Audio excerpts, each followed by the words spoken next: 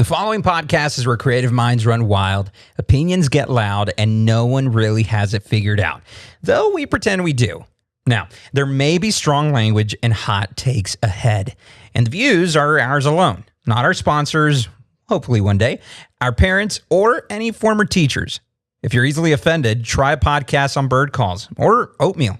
Otherwise, proceed with caution or curiosity. Anyway, please don't sue us. All gas, no brakes. All gas. After some time. Really? Hey, you know, struggle bus. Do you feel like that dries your hands out more? Yeah, I was just playing. I don't really do that. I wouldn't be surprised. You wouldn't be surprised what? If I really did that? Why? Because I'm black? Black people do stuff like that? No, because you would have cocoa butter. Am I not? Am I lying? You're going to tell me I'm lying? There ain't no way. I don't use cocoa butter, just to set the record straight. Okay. I've used it before, but I'm not a cocoa butter user. And all black people don't use cocoa butter. Brian. What do you use? Did you wake up this morning and eat tamales? Is that what you have for breakfast? Tamale tacos? All right, then. Exactly. It's the most Mexican thing I can think of at the moment, right? Tamale tacos. Okay. Those would actually go hard. Some You think tamales, so? Think about it. Like a good tamale in a taco, maybe with some pico and avocado. Aguacate. Yeah. Aguacate. Maybe a little papas. I don't know. You know, if it's a breakfast taco. Some papas. Or egg. You know, just kind of Huevo.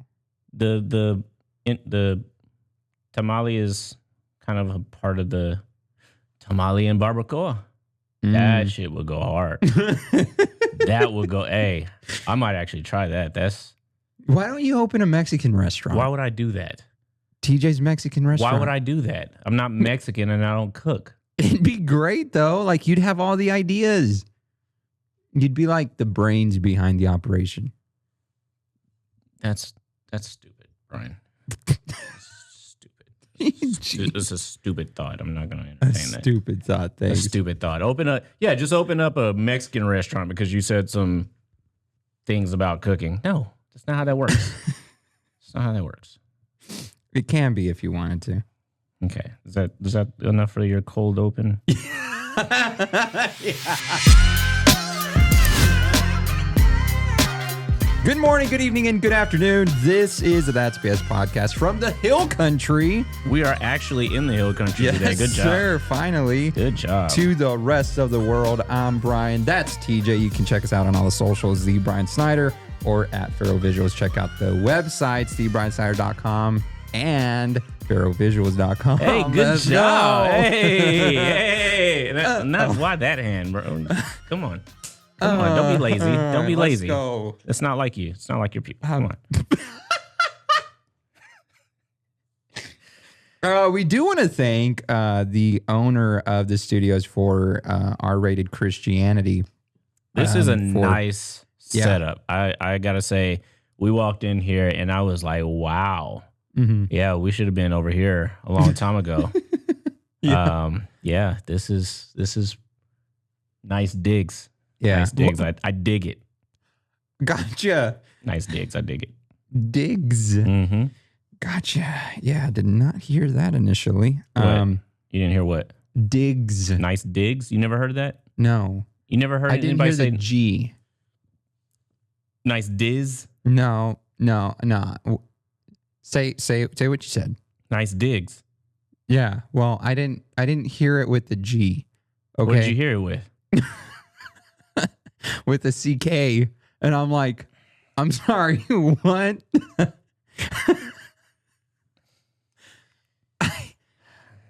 We know it's on your mind. No.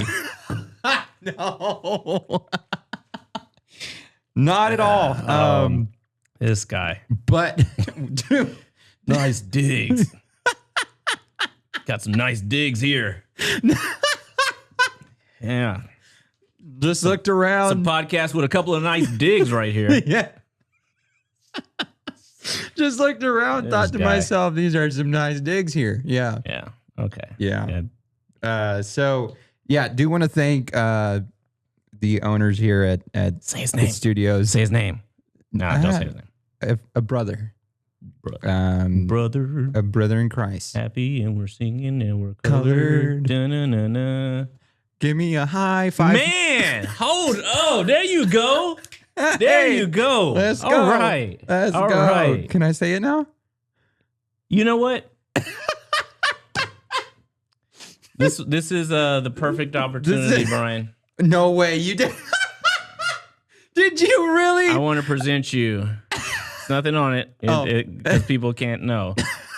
But I want to present you with your very own black card. Scan it. Scan it on your phone right now. Where's your phone? Where's your... Oh. Here. There ain't no way. Hold on. On the other Like that. I'm going to scan that. Boom. There you go. Here. Go ahead and skim through that. By the authority vested in the Council of Elders of the group, the Department of Slaps and Facts. You can't. I can't even. Nobody's gonna be able to hear it. You're laughing through all of it. You got to read it. And the High Commission on Turnup, pursuant to the Treaty of Wavelength 2019 and the auxiliary Bro Code Amendment of 1865 as amended by the 2006 Kendrick Lamar concurrence issuance. Kendrick Lamar concurrence is what. It's important to say what concurrence this is under. Damn. Issuance to Brian Snyder. Date of birth after segregation. That's also important. Date of birth has to be after segregation. Yeah. Yep. May 20th, 1995. Height tall enough. Vibe classification. He cool. Is hereby granted a lifetime limited recreational N-word pass. Class A hard R status excluded. No, you're laughing through all of it. You got to read that. Read that part again because that's important. Hard R status excluded. Yes. Or Class A hard R status. I guess hard R is Class A. No, Class A is with the A. Oh, okay. And then the hard R status is not included in It this. is not Gotcha. included. That is important. Yeah, Never. absolutely. Permitting the bearer I will in fold you. Okay? Let me hear you say ER. I will fold you. Do you understand? All right. or until canceled by group chat vote, whichever comes first. To deploy the aforementioned You get it. phenom in the following strictly defined circumstances. Yeah. So Hold up. There's That's moments. Huh? There's moments you can say it. Yep. Okay. Go for that. You have it. You can go through Yeah. there. Or you want me to say Wow. a couple moments? That is. May not be used in the presence of anyone's grandma. May not be used as a greeting before 2 p.m. Oh. May not be combined with cargo shorts. Automatically void in states of Connecticut and Delaware. Mm. And yeah, subject to a vibe check by a rotating panel of Twitch chat.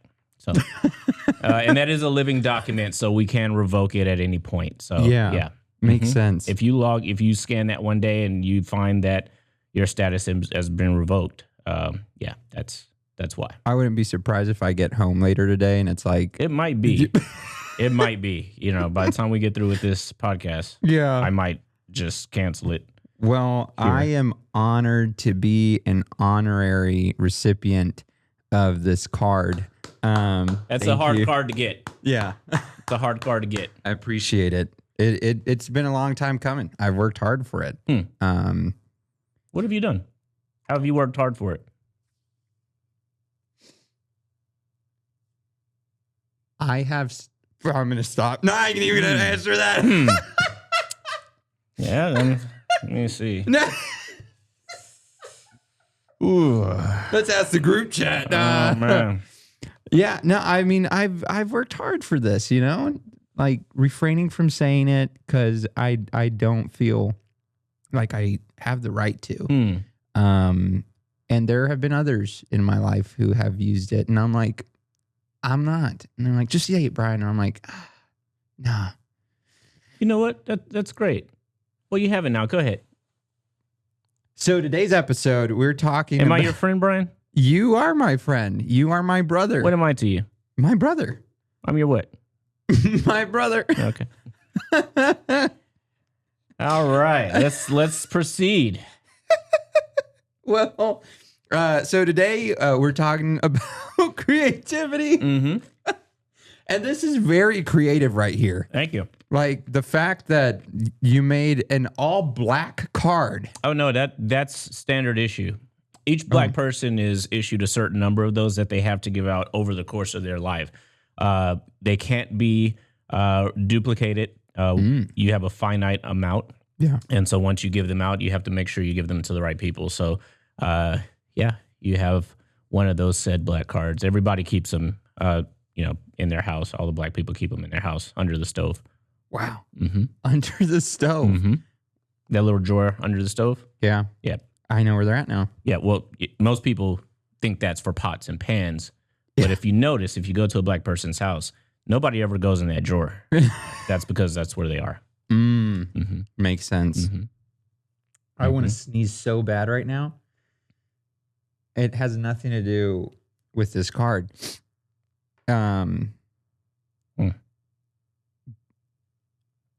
I think it passed. Okay. All right.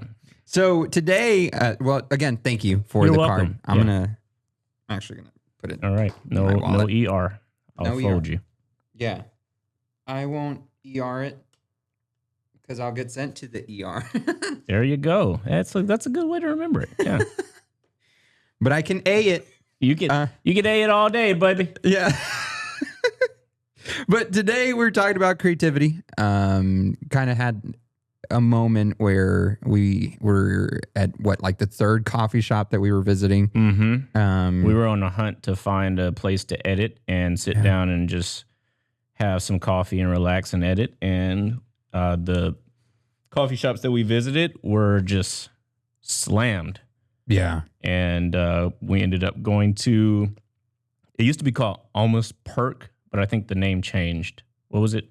You remember? It doesn't matter. Yeah. It was Almost Perk. But yeah, after going to two other places, we ended up at Almost Perk, which was our third stop, and had a run-in, which makes it all the more kind of, I guess, special that, that's where we ended up and had a conversation that kind of sparked an idea for you.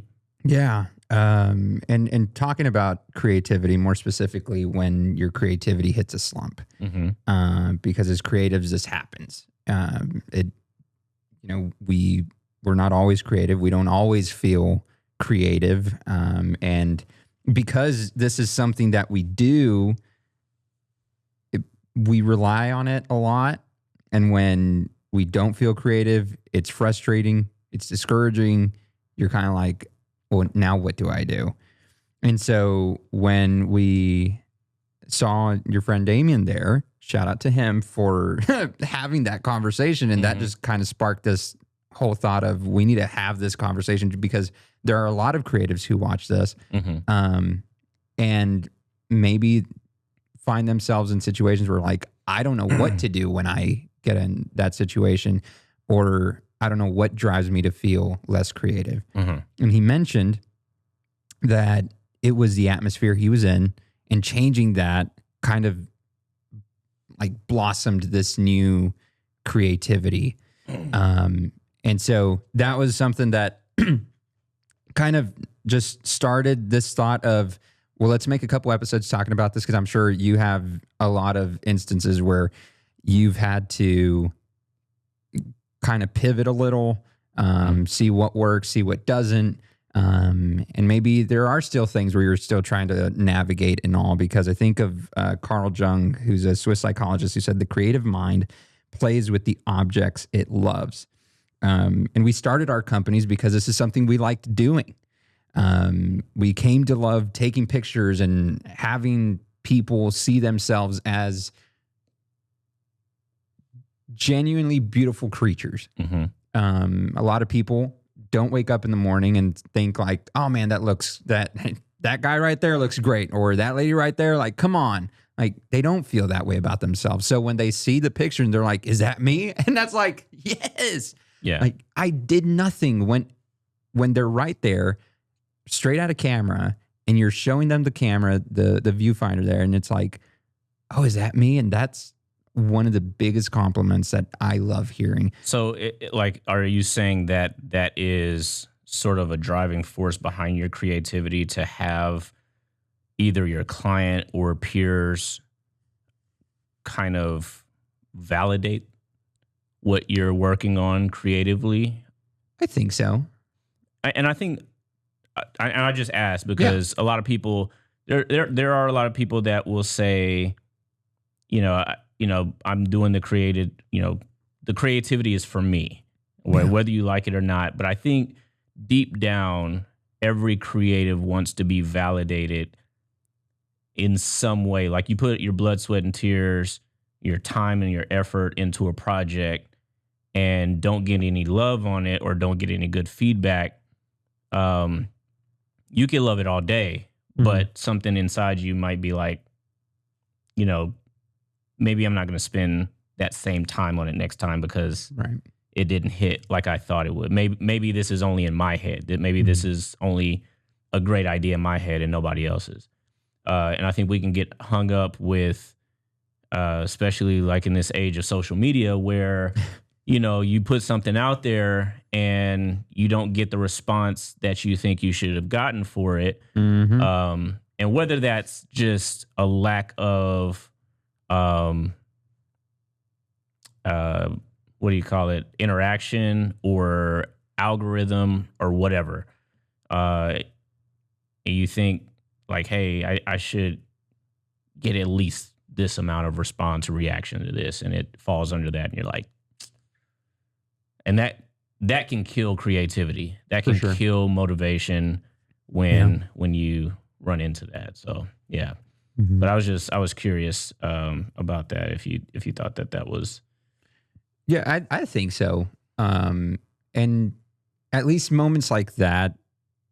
And granted, I have gotten lost in that whole thing of like, oh, it didn't get as many likes as I thought it was going to. And there are certain pictures that I didn't think were going to get a lot of likes either, and then it does, or it gets a lot of traction. You're like, okay.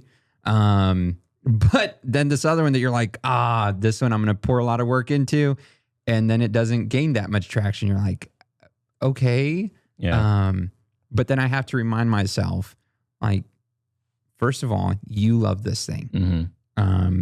Don't get lost in all that stuff. If during the shoot, the client's looking at the pictures and they have a genuine reaction and it's great, remember that reaction. Like, at the end of the day, you're just sharing to the rest of the world this moment that you had with yourself and the client. Like, clients getting their pictures, they're happy with them. That's the most important part. Everything else is like, if anybody comes along and says, hey, that's a great picture, awesome. If they don't, that's okay too. Because at the end of the day, you're happy with them, client's happy with them. I've had clients, and it's so frustrating because I've had clients that are either taking photos because they either feel like they have to, or it's headshots, or it's for business or for marketing materials or something like that. And the client doesn't necessarily like how they look, whether that it's a physical feature or they just don't feel it that day. Like, the outfit that they chose isn't working, and it's in their head that they're not feeling their best, or they're not thinking that they look great. And that has sometimes transferred over to their reaction to the photos. So showing them their photos, even when they get it back, in post, or when they get it back, for proofs, they're like, well, I mean, I guess these, or, you're showing them and like, between these three, I guess I like this one the best. I mean, I don't really like any of them, but I guess this, like that right there used to like eat me up. Because I'm like, well, let's fix it. Like, and I had to realize like, that's not on me. Like that's something that they're dealing with from a technical standpoint. And I think they look great. Like we're always our own worst critic, but I look at them and I'm like, yeah, I mean, that looks great. Lighting's good. From a technical standpoint, like I can say like that's a solid photo. They just don't like the way they look. So when I get that reaction from them, like, I got to be careful not to take that personally. For my work, it's more about how they feel about themselves. But it sucks because you're looking for that reaction. You're looking for that, yeah, man, I love that. Like, oh, that's dope. But yeah, sometimes I used to, and the reason I say that is because I used to let that kill my mood for the rest of the shoot. Because I would show them those first photos expecting them to say, oh, those look great. For them to be like real, critical of them. Yeah. And then I, show them another one and be like, and then it's like the rest of the shoot, I'm like, well, shit, there's no pleasing them. Like, all right, let's just get this over with because I'm not coming up with any good stuff. Yeah. So I had to make sure I was not letting that bother me with how I was shooting or being still trying to be creative in getting the rest of the shots. Because who knows, that last shot might be the one that they really love. And see, the thing about that is I've also had shoots where people were like real critical and like towards the shoot, because I always start off like kind of slow, trying to, get everything acclimated. But by the end of the shoot, we're rocking. And I've had a couple of shoots where like by the end of the shoot, they are like, oh man, like that's the best shot. Man, that's the one.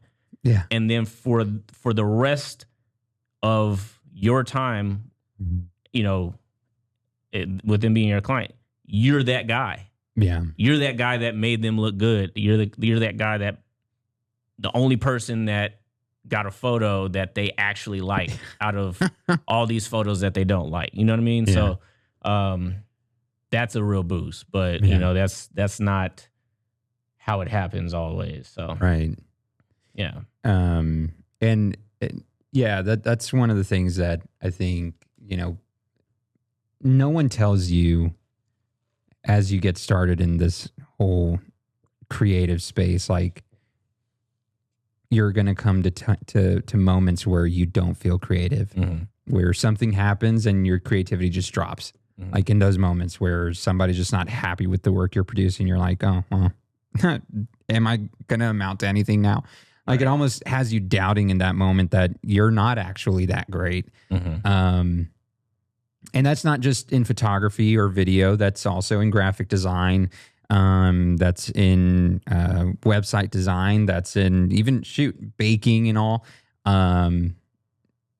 Yeah, like it's there's so many things that we can be creative on, and then something happens and it all of a sudden just like discourages us, and we're like, I don't think I'm ready to be in this spot. But you are. Like, you've gone through the journey to get to where you're at now, and just because of one singular moment, which it's happened to me multiple times, something will happen, and then I'm like, which one of those? What moments? Which one stands out to you? Like, give an example of one of those moments. I think when I was delivering a gallery to a client, and she was happy that we did the job. It just wasn't to her expectation, and I get it. Like, it wasn't that great either. Like, if I'm being honest.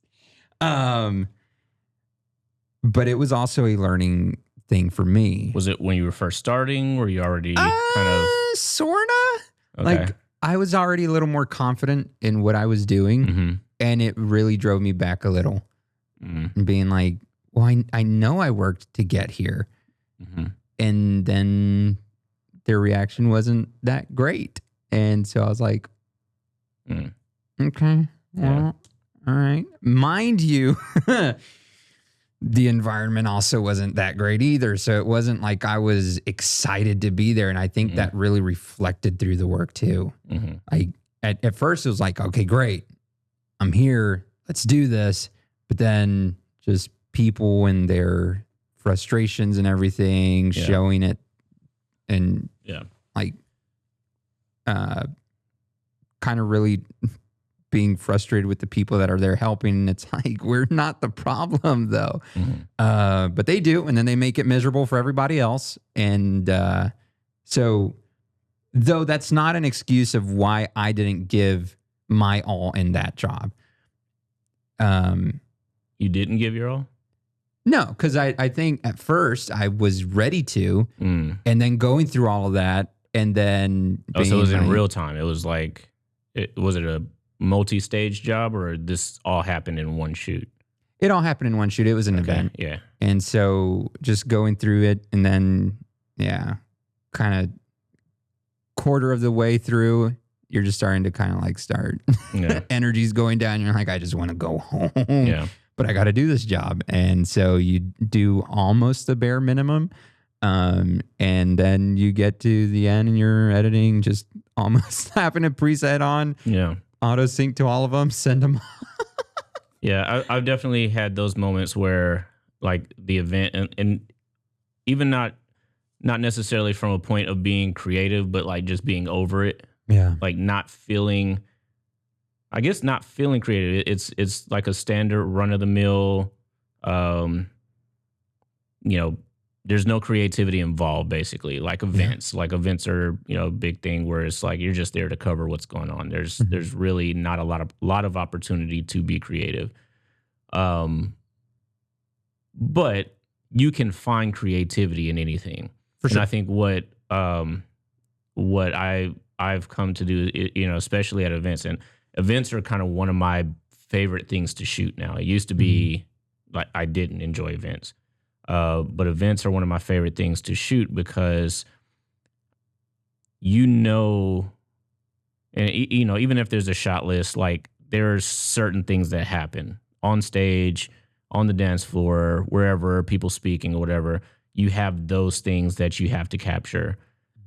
But anything outside of that is fair game.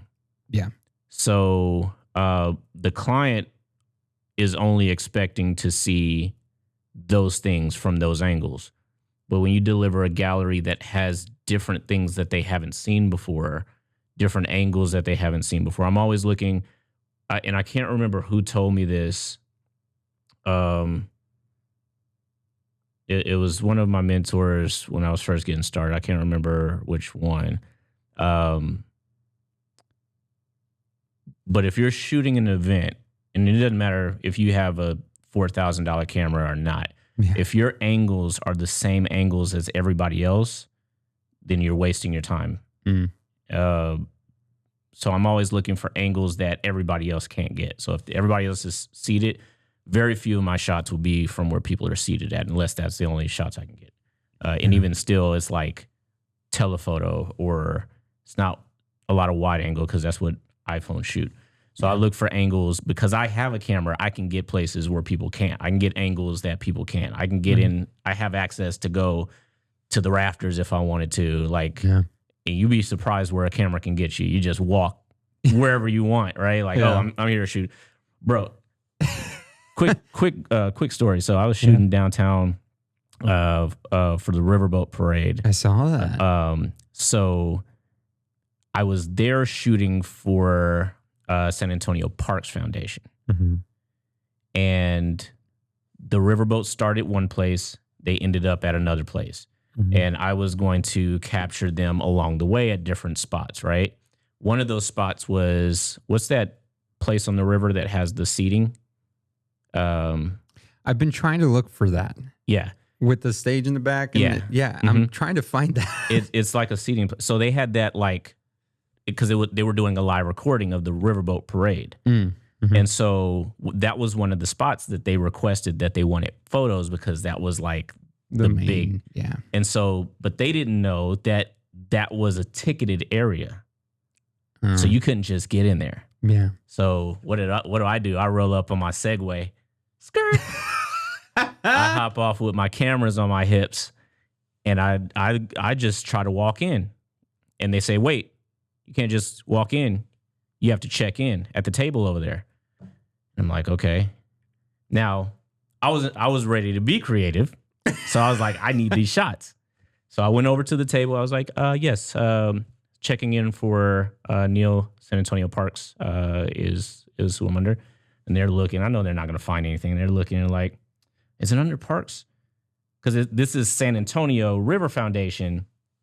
San Antonio Parks is like sister organization, right? They're looking like, I don't see your name here. And they asking, it's like, what are you, are all your media? I'm like, yeah. Yeah, I'm just here to get some shots. Oh, I'm just going to give you this media badge. Boom. So now I have media credentials and access to go down there. I'm all over the place, right? And then on the other part of the river, there was like areas where they were doing construction right there on Commerce, in between Commerce and Market. Yeah. And they had it blocked off, but it was straight down the river to where the Hyatt and all that light, it was like beautiful. Yeah. And I'm just walking over there. One of the, officer stops me and says like, hey, can't go here. This is a restricted area. Media, sir. Oh yeah. Just if you go right around there, just don't stay over there too long because we're keeping people out of this area, bro. Like, so, and so all that to say, it's like having that, like, because people recognize what I'm there to do. Right. Right. I'm there to capture the moment. Yeah. Which is important across the board. Like the person at the table recognized that, the officer recognized that, and they were willing to let me do what I wanted to do, even though that was probably a safety violation for me to be over there. You know what I mean? They had instruction to keep everybody from over there except the media guy. Yeah. Because I have cameras. So like in my head, that like really lit a fire under my ass because I'm about to get shots that nobody else is going to get. Not even on a cell phone. You know what I mean? Like that's the kind of thing that drives me. And like, because when I arrived there and I was getting ready to set up, I was like, oh, this is going to be a drag. Like it's going to be boring shots. Like how, and then once I got into the motion of it and I got all these and I was like getting all these, I was like, yes, like this is about to be dope. You know what I mean? So, yeah, I mean, it was, and they were happy with them. They were like really happy with them. And I think they actually got me connected to the actual. Yeah. So I might be there for real next year. Yeah. I don't know, so fingers crossed. But yeah, man. So Yeah. No, that's awesome. Yeah, I saw the story and I'm like, oh, nice. He's out there. And then I thought, nice. They have the lights up. We were waiting to see when that was going to happen so we could go down to the river walk and just it was cool because see the Christmas lights. During that is when they turn them on. It's like a whole thing where the elf sings and at the end of the song, they turn on all the lights. Yeah. So that was part of that, process. So, yeah. Dang. Well, I probably should have dug deeper because, yeah, that would have been nice to go to. Yeah, I mean. Next year. There's going to be many years where we'll be able to go. We'll cover it all. Yeah. Instead of me having to like get on my Segway and ride all the way through. I'm going to be busy. This fucking guy. I have company. Unless you want to what company do you have? It'll be the first episode in January. What company do you have? We're going to have you have a company or have company? We have, well, both. That's what we should be talking about. I mean, that's going to be January. What's going to be January? The first episode in January is going to be titled a big announcement or something like that. The big reveal. I don't know. I don't even. We'll figure it out. I got to know. You know. No, remember? I don't. Yes, you do. Maybe, I don't know. Maybe you told me. Oh I my just forgot. God. You're going to write it down? Yeah, but why January? So person's going to be in studio with us. Oh, okay. All right. Yeah. Which we have to record that too. Don't blurt it out right now. Okay, Not yet. I was about to. That was, I know that you was were. actually no. Seriously, I was going to ask you about that. Like, I was going to dive into that with you because I think that ties directly into what we're talking about here. Really? Yeah, for sure. Because not only because Damien mentioned the environment, but it's also the people. Yes.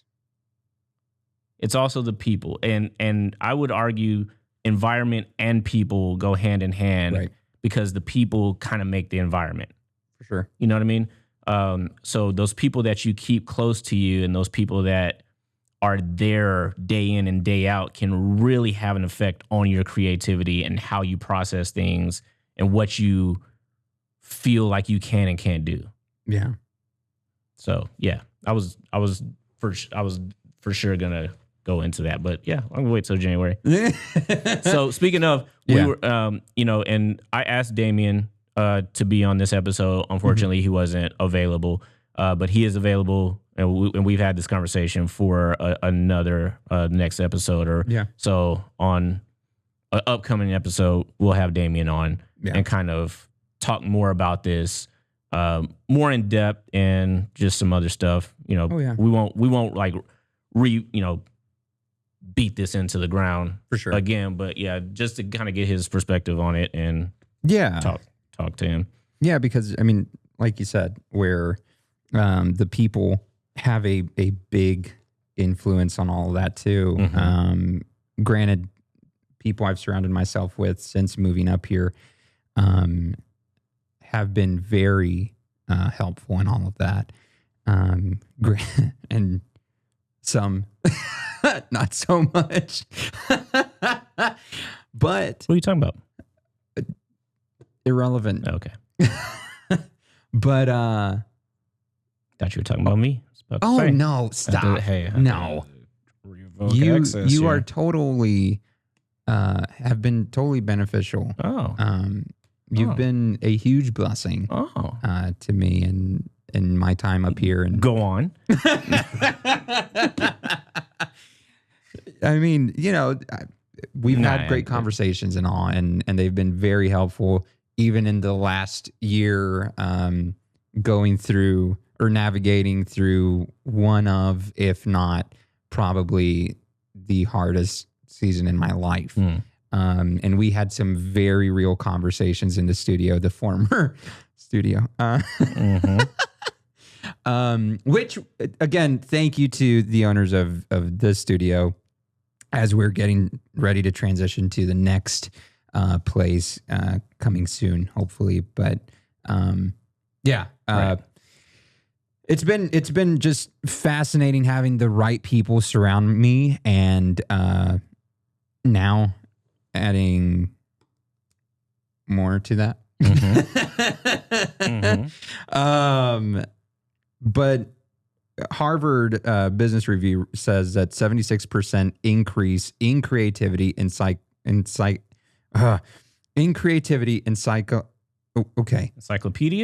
Let me rephrase it. Restart. Harvard Business Review reports a 76% increase in creativity in psychologically safe spaces. And all of that is provided through environment, through people who build that environment. And it just reiterates again, who you surround yourself with is very important. Not just because they're going to lead you to a good, prosperous personal future, but in your business too, in your creativity, it affects a lot of things.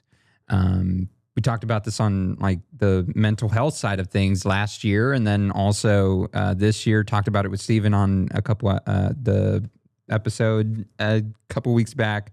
But talked about that and like how who you surround yourself with has a big impact on pretty much everything. Mm-hmm. And with creativity, how you find yourself in a slump, it could be a matter of just finding a new environment. It could be a matter of surrounding yourself with better people, more creative people.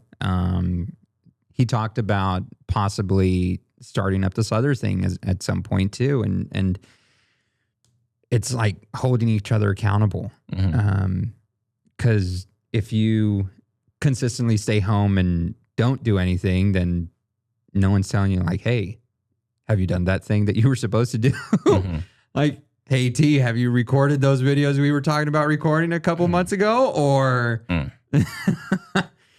like, not yet. I need to. But yeah, we will. And that's the beauty of finding community who's willing to push you. Yeah. Like we talked about how I have started going to ISI. And that is because it's not just, oh, you're still going to win. I'm not there yet. And that's because it's not just me. Right. If it were just me, I'd be drinking sweet tea, like eating Blanco barbecue right after this. Yeah. And that is exactly what I was going to bring up. Yeah. I see a change. Really? Yeah. You think so? 100%. 100%. Okay. 100%. Do we want to dissect that now or bring that up in January again and revisit it? It's up to you.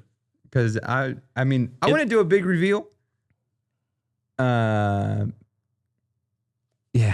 Why January though? Because it's the beginning of the year. Well, because we're gonna have the episodes talking about creativity, and then go into the final episode, which is always the like year in review I'll put episode. it like this: you talk about it now. There's context to, because if you have them on, then there's already a backstory in place, and you can dive deeper instead of having to just do introduction. But it's up to you. Fair enough. This is why I have you, T. You're an insightful voice in my life, and very helpful. So we're gonna ignore that and just keep going. Cool. I'm kidding. No. So I do have a girlfriend. That you do. That you do. That has made life much better in so many ways. Explain. I mean, mentally. Because seriously, because like I was just saying, Yeah. there's, I believe, a direct correlation to creativity Yeah. and being happy and being not content, but not wanting. Mm. You know what I mean? Because there's, and I'll be transparent with you. You are the type of person. I don't think that you need somebody. I don't think that you are the type of person that needs somebody to what do you call it? Live or like function. Gotcha. To function. However, having the right person there, I can 100% tell how it's changed you from not having somebody that pushes you on a daily to having somebody that's there pushing you on a daily and that you want to be better for. Mm. You know what I mean? Yeah. Because that's how I felt with my wife when we, even to this day, like you have somebody there. It's not just you, because you can tell you like, we'll chill today. We'll stay home. But having somebody else there that at your right now is potentially somebody that is going to depend on you. You need to make the best effort to show them that, hey, I got this. Like I can do these things. I can provide. I can keep up, sort of thing. You know what I mean? So yeah, like, so what you don't see a change? Like you don't feel that? Oh, I do 100%. Okay. Yeah. But I I voice that to her a lot. Mm-hmm. So it's You're nice just saying, to. you're just saying her. You gonna say name or are you gonna? Should I? Or should I introduce her? Okay. Yeah. Okay. We'll Right? just say girlfriend, and then you can. That's where you can introduce. Yeah. Yeah. Okay. So, That's cool. Yeah, which that sounded like I just kind of flew by it. Like, yeah, so I have a girlfriend, guys. Yeah. that sounds better. All right. Like, let's go. I should have brought like confetti cannons. Finally. We're- Golly, man. But it's nice to hear it from somebody else who notices that as well. Because I was talking to Sergio on the phone, and he was telling me, Sergio, one of my other friends in Eagle Pass. Say his name again. Sergio? Why are you saying it so Mexican?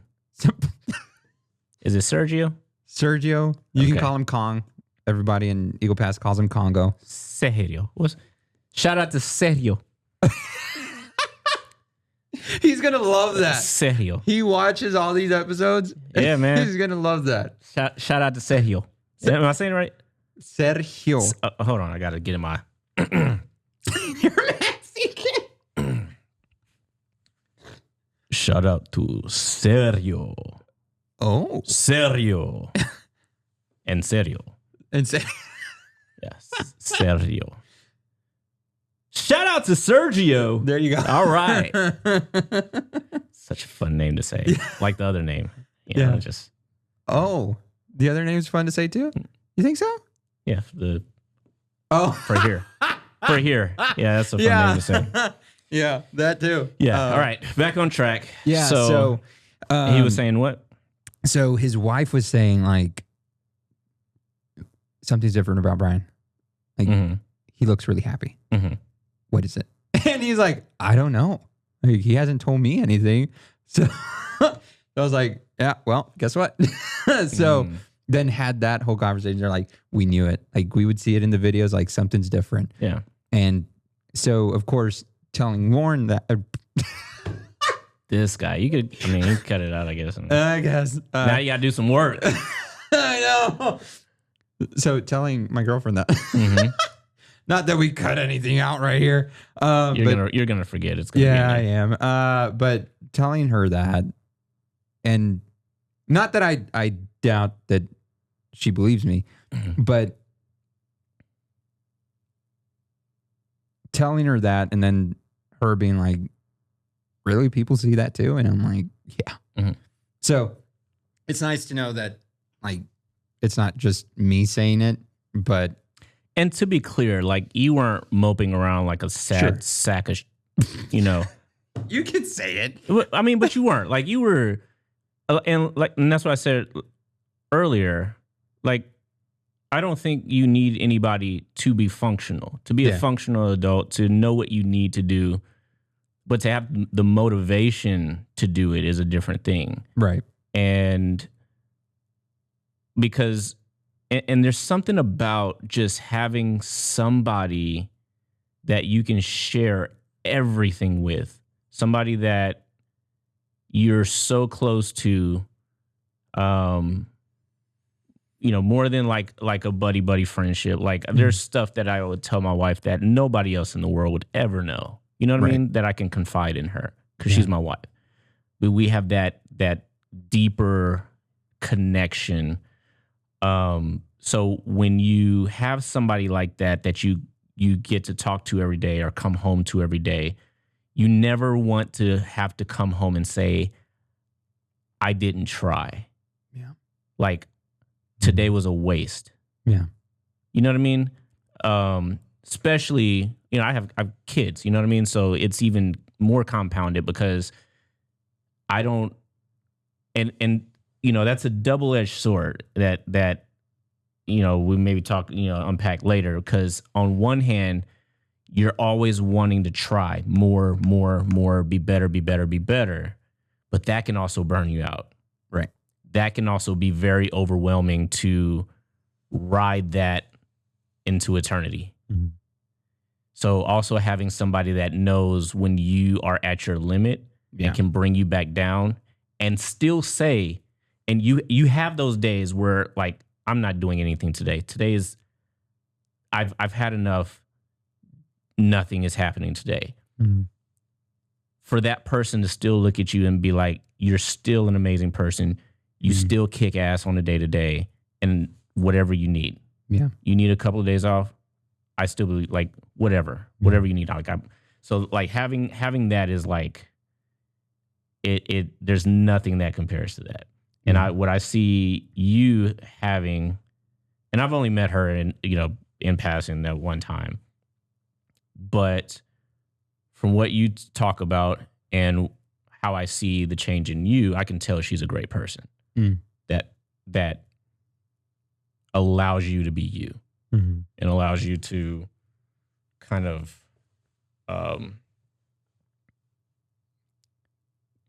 be authentic. Yeah, authentic. Yeah. Yeah. But then at the same time also pushing you for, like doing the ISI stuff and like I just called you one day and you're like, yeah, I'm at the gym. I'm like, at the gym? When does Brian go to the gym? Like, Did you mean you're at gyms? Yeah, you're at gyms, eating a fried chicken steak. Like, where's the invite? Yeah. And then, I called you, what was it, like 2 days later? And you're like, yeah, I'm at the gym. I'm like, 2 days in a week, Brian, you're at the gym? Yeah. Like every time I call you now, you're yesterday. working out. Yeah. Yeah. And that's like just from a health perspective, like that's great. Like you can relieve so much stress working out. Like, so, yeah, man, I'm super happy for you. Like, and yeah, I'm can't wait. I guess I need to like look at ordering tuxedos or put some money away for that. There you go. That's what I'm talking about. That's so stupid. Why do I gotta buy my own tuxedo? I'm not gonna buy it for you. I know, but like, and I gotta take it back. Can't even pick something like a suit that I can buy and have. Like I gotta rent a $150 tuxedo that I gotta take back. I can't even wear it more than one time. Don't be stingy. Don't be selfish. Okay? That's why you buy a suit that you can wear. Well, some people have you rent a certain tuxedo. No. That you have to like go and get fitted for and rent because everybody has to be in the same thing. No. Selfish. It's selfish. It's not going to be a tuxedo. Huh. Yeah, I've talked about it, huh? Interesting. 2026. 2026.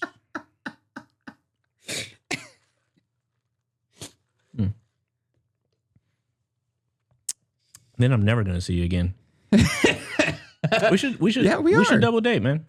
I'm in. We never yes talked about that. Yeah, I'm in. We should do that. Ask your wife when she's available, and we'll make it happen. I do want to get to this part too. All right. Yeah, we're all over the place. Which, not shutting it down because I don't want to talk about it. Like we're actually going to talk about it. Yeah, we'll come back to that. That's all. That's really all I wanted to mention. Yeah. No, so shout out to her. And in case I forget that, I'm just gonna do that in case I actually do remember to just bleep it out. Just cut out the. You're gonna forget. Do you even watch these back before you post them? I do a little bit. Okay. I got to make sure the audio and everything sounds good and linked up. So I actually laugh a lot. We talked about it enough for you to remember. Yeah. ADHD. Yeah. So we'll be revisiting that back in January, the first episode then. But I do want to mention this part just because I think it's very important. Anne Lamott said, almost everything will work again if you unplug it for a few minutes, including you.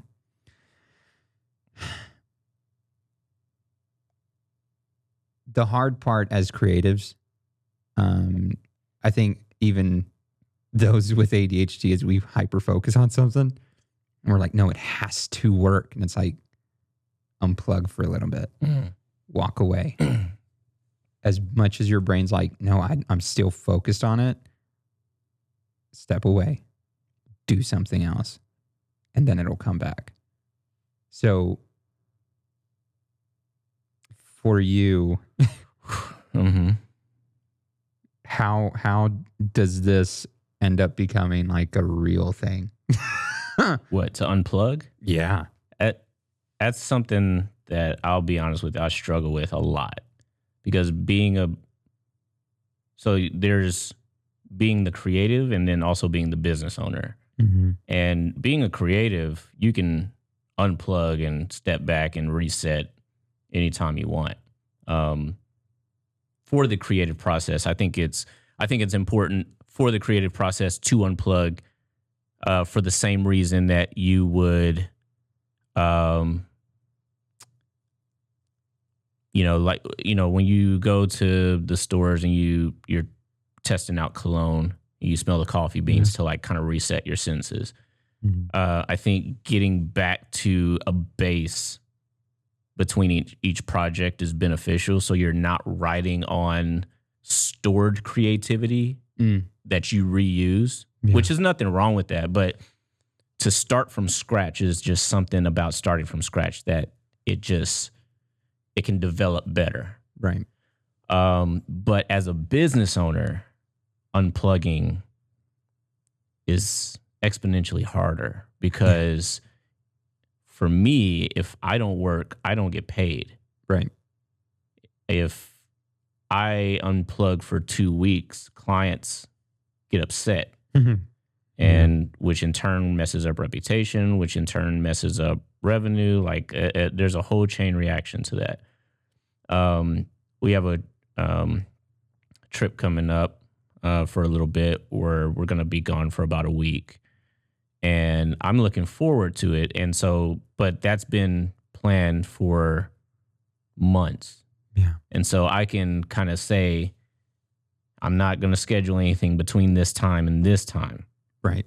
So when we're gone, I don't have anything that I'm going to be working on or that I have to do during those times, but I'm still going to have edits. I'm still going to have to take care of emails. I'm still going to have to.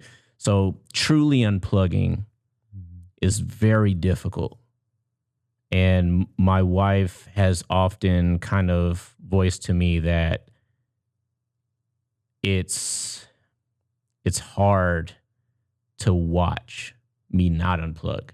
There are many nights because she works at the hospital and she has to be at work at like 6 a.m. Like they have to be starting at 6 a.m. So she's getting up at like 5 or 4:45, some 5 o'clock. There are a lot of times I'm not even getting in bed until 3:30, 4 o'clock. And so a lot of times she's going to bed alone and I'm not even knowing when she gets out of bed to go to work. You know what I mean? So it's one of those things, man. It's like a catch-22. Like I could get in bed and go to bed when she goes. She goes to bed at like 10. I could get in bed and go to bed with my wife because I know that's what she wants. And she says it often. But I'm leaving a lot of stuff. Like there's so much that I get done at night. Like I can knock out a lot of stuff at night. So me going to bed early could be detrimental to me getting things done on time because the next day now I have more stuff that's going to pile up. So yeah, man, I haven't figured that out. I have not figured that out, and I'm trying my best to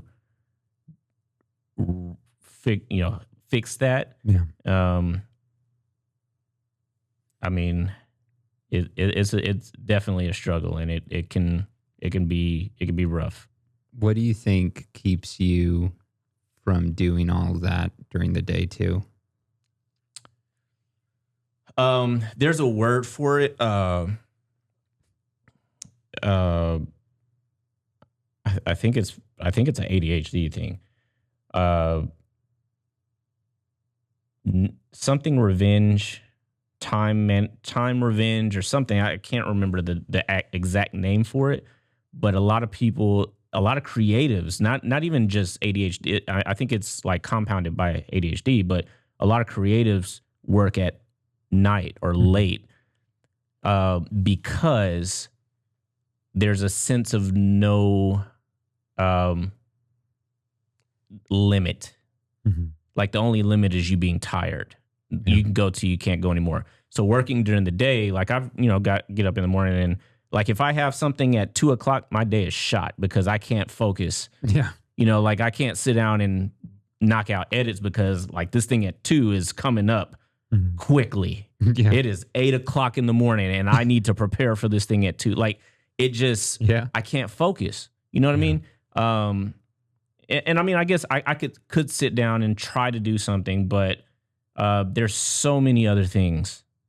I got to get my kids to school. I got to take the dog out. I got to, if I have other stuff that's going, like, there's so much going on during the day that it's hard to set time aside to do the things that I should be doing during the day. Yeah. When I can say, hey, kids go to bed 8:30. After that, there are no distractions. Yeah. And that's what I think is the pull to the nighttime. Is like I can edit from 8:00. I have damn near 6 to 8 hours of uninterrupted time when I can just focus and do that. Yeah. But here's the kicker. Like an hour of that, maybe I'm scrolling Instagram. Yeah.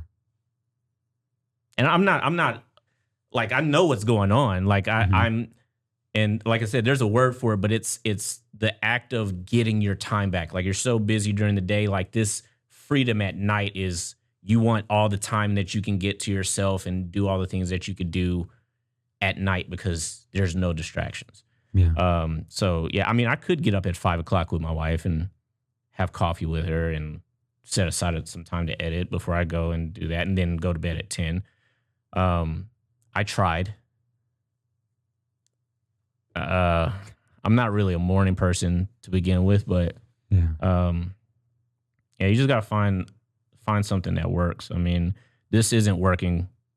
I mean, it's working right now because this is what I'm doing, but it's not the best.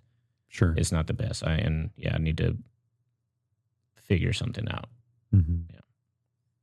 Well, but that's still good that you recognize it, though. I think that's even harder because I'm not naive to it. Like I know what's going on. I know it's like killing my body to be up so late. Yeah. Because a lot of times I go to bed at like 3:30, 4:00 because I'll never stay up past 4:00 because there's sometimes I could probably work through that. Like 4:00 is my absolute cutoff time. Like if I'm still doing something, like whatever it is, 4:00, I'm shutting down no matter what. But then I have to be up at 6:45 to take my kids to school. Yeah. So it's not a good thing for my body. It's not a good thing for my mind. And I understand that. But if I don't right now, until I figure something else out, I will get even more behind than I am. And I can't afford to do that. Right. So. No, yeah, I think that again, it's great that you recognize that though, because there are people who don't or choose to be naive to it, don't care to make a change to. So, no, I just want to commend you on that. But yeah, I think it's important to recognize that it's not. Aren't you a night owl too? I can be. Not consistently though. No, like I do like my sleep. I love sleep. Yeah, I love sleep. Yeah. I can't. What's your normal bedtime? Like, what time do you normally try to end your day?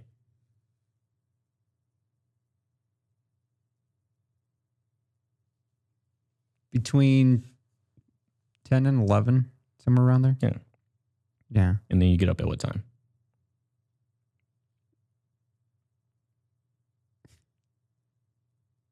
If she's working,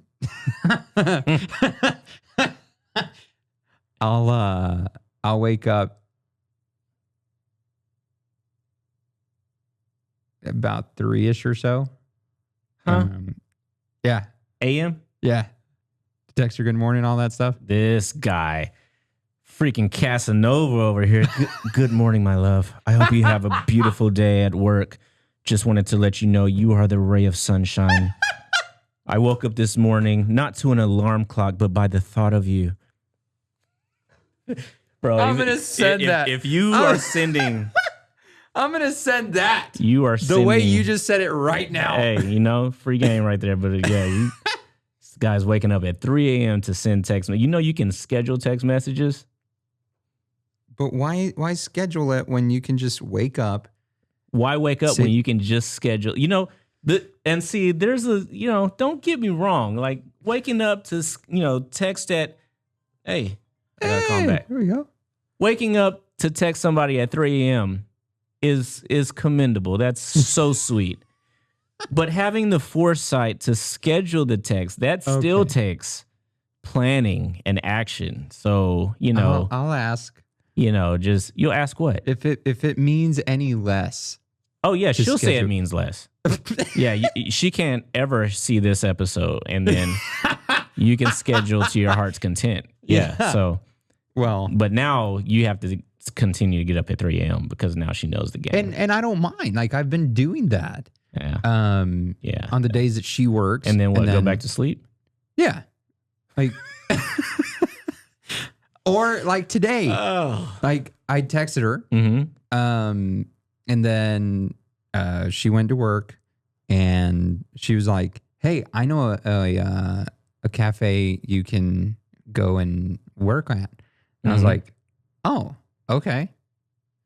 And she sent me where she works. And so I was like, okay. All right. So I got out of bed and went straight over there. That's why I was there. Okay. And so I was going to call you right before I headed this way. But no, someone calls me giving me crap.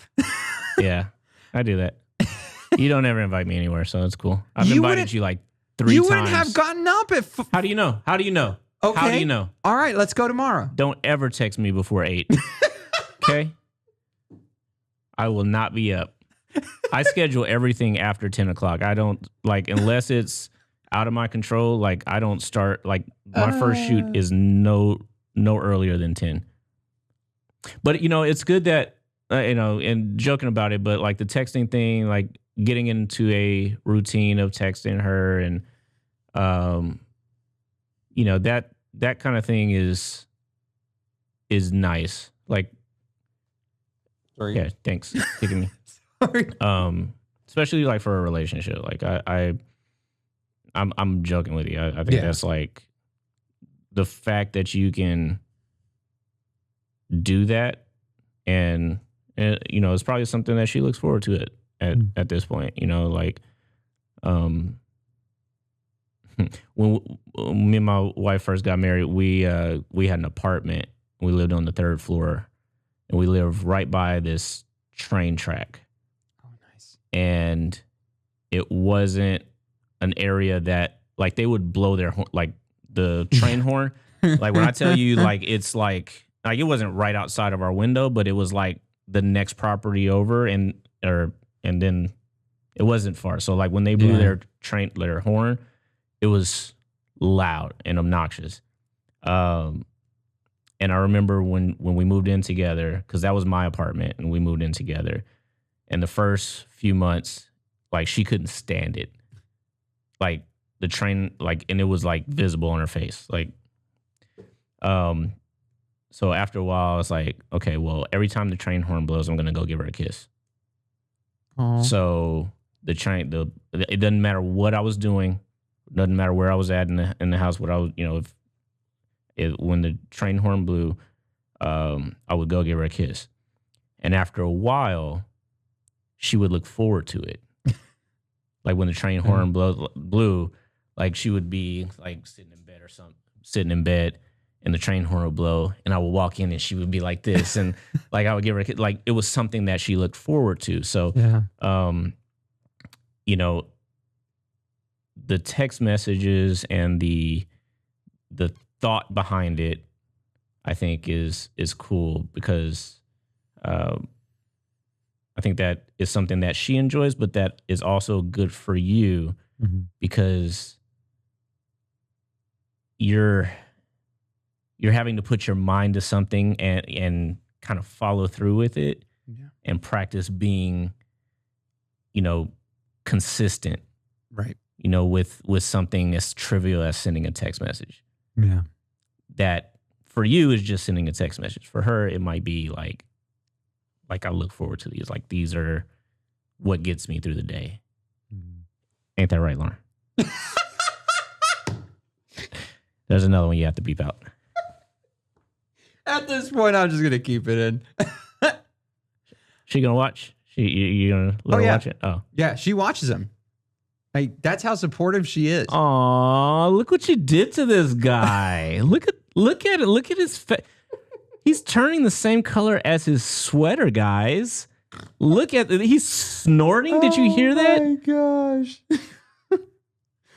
Look at him. Man, he's red. Look at that. Golly. The saturation got turned up on this one. Blood's rushing all over the face, man. This guy. Do you need me to buy a train horn? For what? For you? No, for y'all. I'll do it like a little You're just throwback. gonna come by the house and just no. And then that way, we'll see if your wife watches these episodes.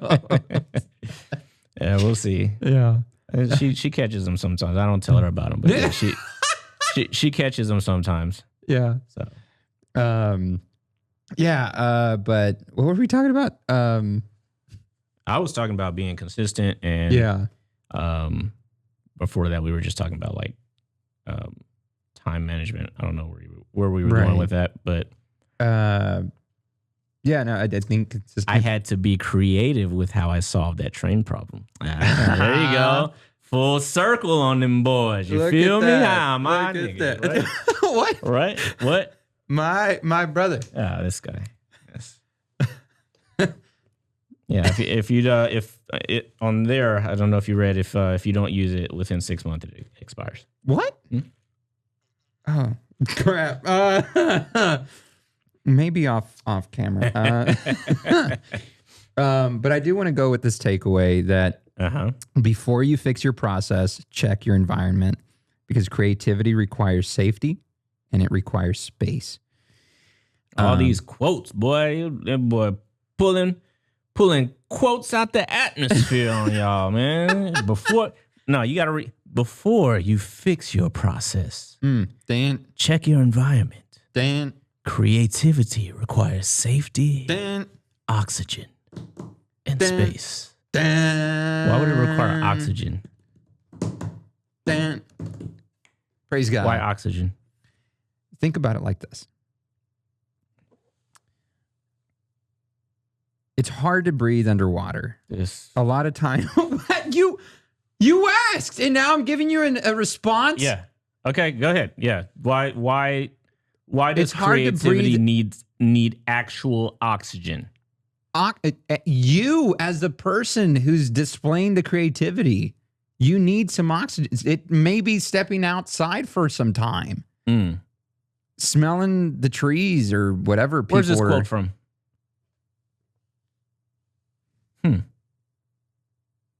Did you make up this quote? No. Yeah. But I did make it my own. Actually, I think it's just the first part. Before you fix your process, check your environment. Before you fix your process, check your environment. That's end quote. I think the rest of that is you just being a little heavy-handed. Sure. Yeah. Creativity requires safety, oxygen, and space. Safety, oxygen, and space. Before you do anything, check your safety, your oxygen level, and your space. That's not for creativity. That's for freaking NASA. That's what they tell them before. Like, hey, before y'all get on that ship, we got safety checks. We got to check your oxygen level and send you to space. Okay, so yeah. Oh gosh. Yeah, I'm sorry. I just no. That's great. I appreciate you. That That was fascinating. I took that I'm from excited being very to have the both of you on. That is gonna be great. Oh gosh, yeah. You know, she was like, "I'm not changing TJ," and I was like, "Okay." I mean, she's not changing me. Like on the podcast, because I was like, I'm gonna have you on like on the podcast, right? And she's like, To replace I'm me? not changing You TJ. gonna replace me? I'm telling you, You're gonna replace what me with she your just told me. girlfriend? I didn't say that, but I did tell her like she's gonna be on a couple episodes. Instead of me? No, if we're still here, we have enough microphones Yeah. to have 3 people. Oh yeah. Oh yeah. It'll be good. Who knows? Maybe we'll have. Ooh, you know what? Half of that episode should just be me interviewing you two. Okay, Yeah. I'm down with that. Yeah. Yeah. Get your questions, send them over so I can vet them. No. I'll keep the questions Oh gosh. to myself until they're asked.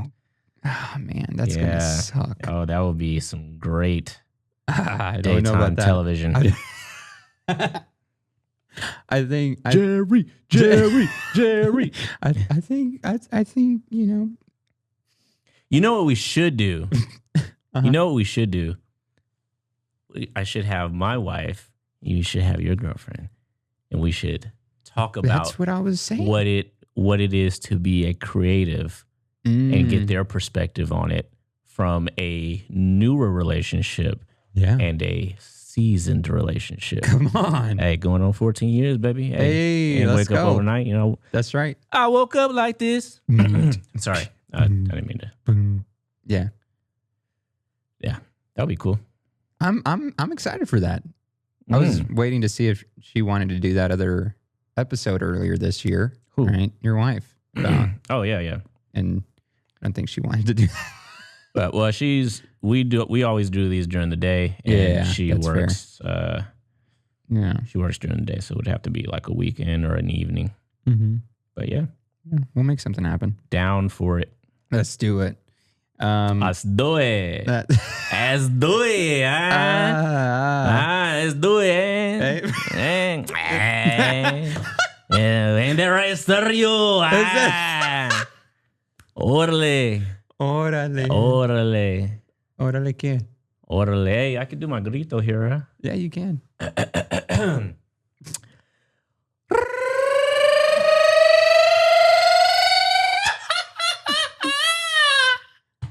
There we go.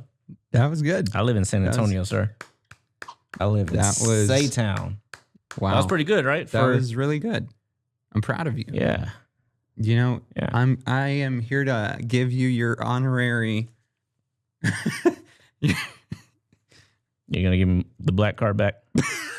Just give me that card with the numbers on it.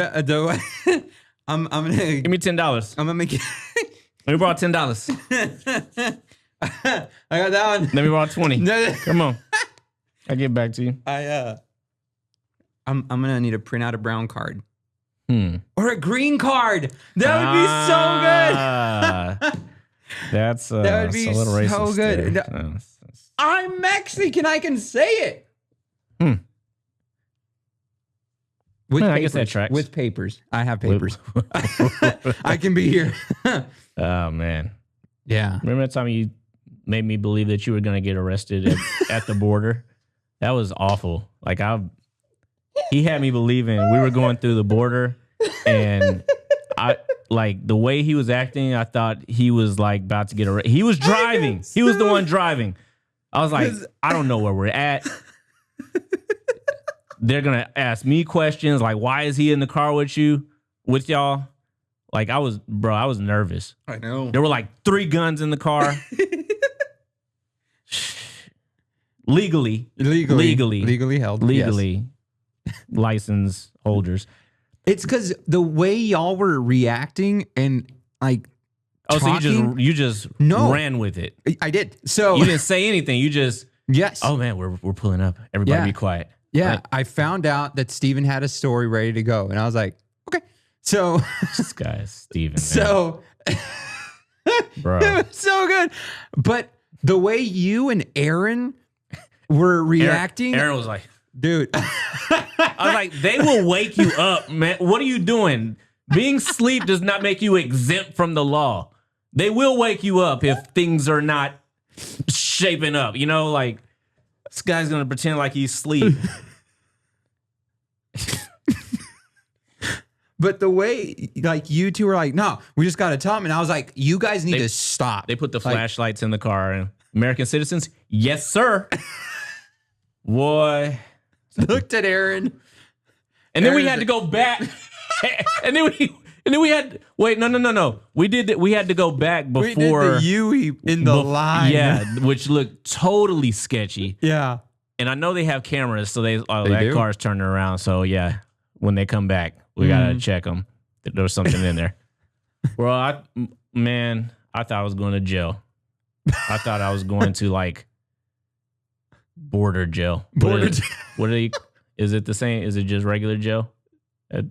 I mean, it would be Border patrol jail. Oh, like an immigration detention facility. Mm-hmm. Yeah, Because they don't know what I am. Yeah, they would have sent you to the Dominican Republic. You know what? I always get that, and I don't like. Do I look Dominican? Is this what Dominican people? Hey, Papi, is this what Dominican people look like, huh? Papi, is that what Dominican? Ask Steven. Dominican. Steven's Dominican, right? Yeah. Steven doesn't really have an accent, though, does he? Like a little Yes, bit. he does. A little bit. He's got like that Boston accent. Does Boston Dominican. Dominican Republic. Dominican. That doesn't count. Does he call people Papi? I don't think so. Okay, and he better not ever call me Papi. Steven, if you ever call me Papi, I'm going to chop you in the neck.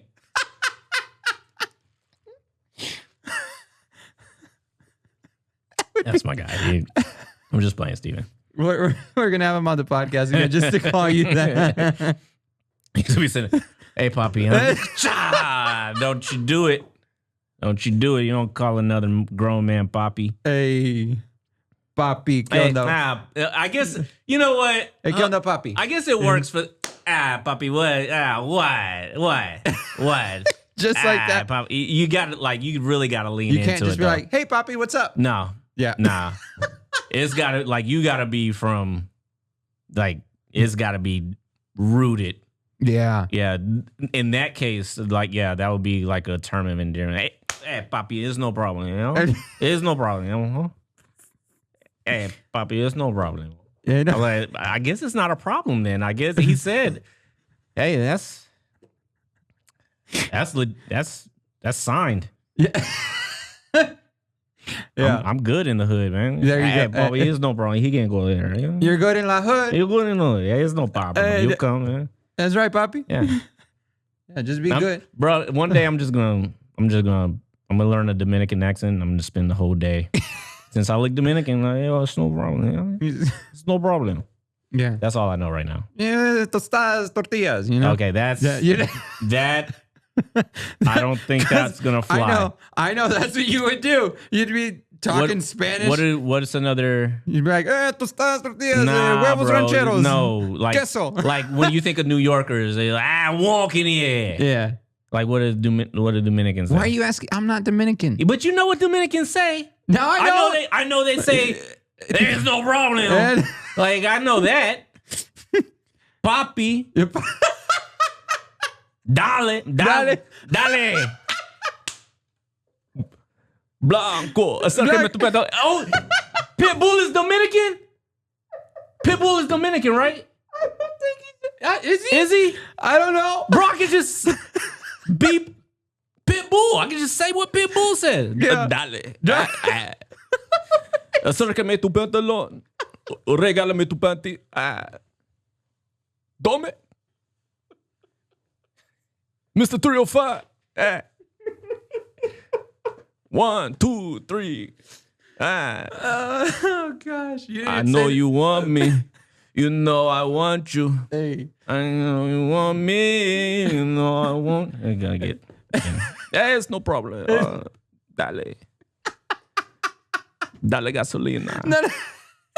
Sir, what song? That is a song. Yes. Blanco, acércame tu pantalón blanco, regálame tu panty. I don't know how I know that song and those particular lyrics, but I heard it one time and Oh gosh! Blanco, white Hold on. I'm gonna figure this out right now. Blanco, white, acércame tu pantalón. Something pants Mm-hmm. or regálame. I mean, give me. Yeah, gift me. Yeah, give me. Regálame tu panty. Give me your panties.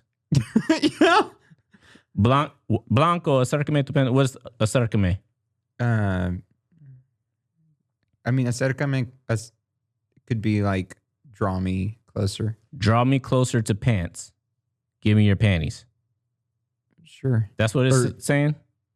Maybe. Yeah, I guess I've never heard the song, so you I'm might telling even you be what it saying said. it wrong. Oh, yeah, that could be too. I'm like, yeah, my Spanish is 100% accurate. I don't know. Yeah, I'll just be saying what it sounds like. Now, when Steven talks like to people Like in alo Spanish, verga. no, okay. That's what it sounds like. Alo verga. Need some aloe verga lotion. It's not the lotion. Yeah, I mean, Oh gosh, it Steven sounds great. it is what I was doesn't make saying. any sense. What? Steven sounds great when he's talking in Spanish, Mm-hmm. and he's like, "Oye, no, ¿qué tal?" Never heard him talk Spanish. You've never heard him talk Never. Spanish, dude. Never. Like when he's talking to family back home, like I enjoy listening to I enjoy listening to him talk Why? in Spanish, like the accent that he's got. No. Like it takes him back to the Dominican Republic or whatever. I guess Where was he born? Boston, right? Boston? Steven was born in Boston? I think so. The hell? I want to say What he the was. hell? Okay, yeah, we're going all over the place with the I gotta stop. Yeah, I think we're like at an hour and a half now. Sorry. Yeah, this can all be on the cutting room floor. I don't know. This is going to be the Having- director's cut. It's having fun, you know? Yeah. Because we have so much to talk about since it's been a month. I mean, It has it's been my fault. Not more gonna than a lie. month. But ever since This Is the End episode, but we're back for So it wasn't the end, you freaking liar. what was the end in our time there? Yeah, freaking liar. It was there. It was.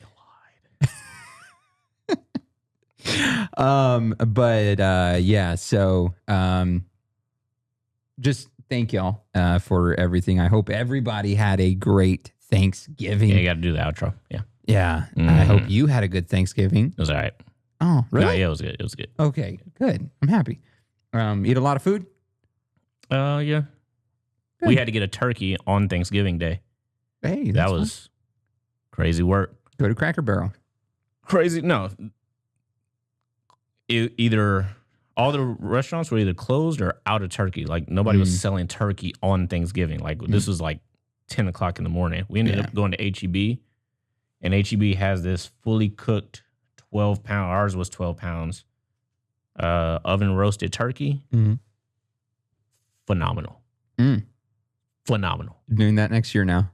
I just might. It was, I didn't have high hopes for it, but it was tender. It was like, it wasn't dry. I put it in the oven for, I think we ended up cooking it low and slow for like 4 hours.